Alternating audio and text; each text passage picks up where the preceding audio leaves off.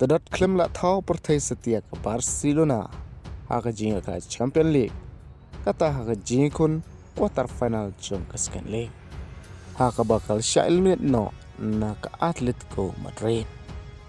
Oi perlu akan ke jing lekai kalong kapa itnat pahad kata namar baro arling mamla kitim kilong kibashi trem haka bahaka jing lekai jom ke kelas de ka Barcelona ka lele kai pha ka batang ka menit ka wasa ulamin Yamal ulala ban thep ya ka gol ka banangkong batang hadin ka to ka po ka laban pan pha ye ki ar gol jom ka Atletico Madrid kata Ferran Torres ro ulala ban thep ya ka gol ka bar ha ka menit ka bar pusong hanrai tang hadin ka to ka po ka Atletico Madrid ro ka lala ban thep shi gol lang ba na Lukman ha ka menit ka blai pui kabaka yo bantam ye ka Barcelona si poin ha ka agrigen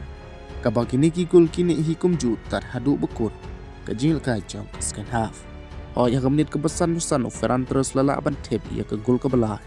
han rela rol ba ka de offside bade ha ka menit ka ban yuk khandai Garcia lo yo pdiang ya ka rekan ka ba pelong ye ka Barcelona banang telot susu namar ka ban ni le ka spiongut sileng te perlu hakane ke game kadi ke Barcelona ke balala abanjo han rekal cha ilmin no na ka aggregate point ka bak Atletico Madrid kala abanjo lai la ar manta ka Atletico Madrid kal rong no sya ka semifinal jom ke Champions League but ka Barcelona pat manta hadu khat West Ham marbut ka klem la abanjo ya ka trofi jom ke Champions League but habangi pai pat nakawai ke jingil ka kata pedeng PSG persai ke Liverpool ka PSG kanang la susu ban penbun ya ke aggregate da ka bakla ban job arla not goal ya ke Liverpool haka bah ka aggregate point katam saula not ka ba kita ki argul ki de baro no Dembele haka menit ka bah nya pula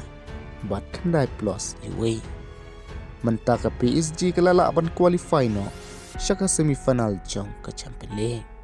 bar haka ne ka jil ka ekitike ulamat ya ke serious injury tang pratayo haswa ka welcome ka ba une uplir ulmat ya ka jingmen saw ka bajur